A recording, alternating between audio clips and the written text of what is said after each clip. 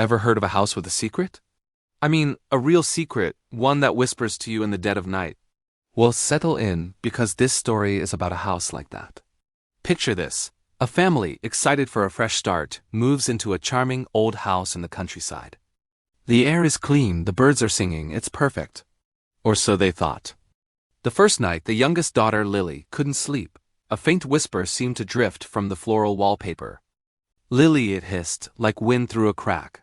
She told her parents, but they just smiled and said it was the old house settling. They told her it was all in her head.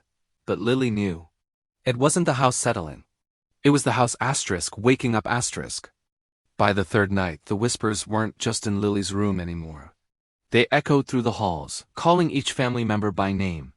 The whispers grew desperate, louder, twisting into agonizing screams that clawed at the silence. It sounded like 100 voices were trapped, trying to break free. The family huddled together, their dream home now a prison of sound. They boarded up windows, stuffed towels under doors, but the screams just got louder, coming from inside the walls themselves. Then the house began to bleed. Dark, thick liquid started to ooze from the cracks in the plaster, tracing crooked paths down the walls like veins. The floral wallpaper was stained with crimson tears. Shadows in the corners of their eyes stopped being tricks of the light.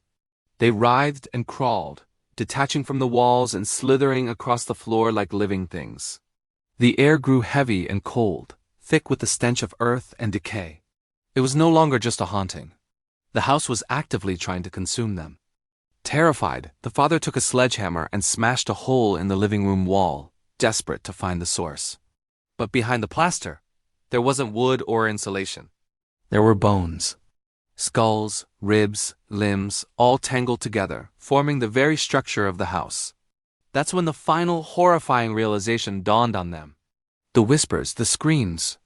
They were the voices of the countless souls entombed within. The house wasn't just built on a graveyard.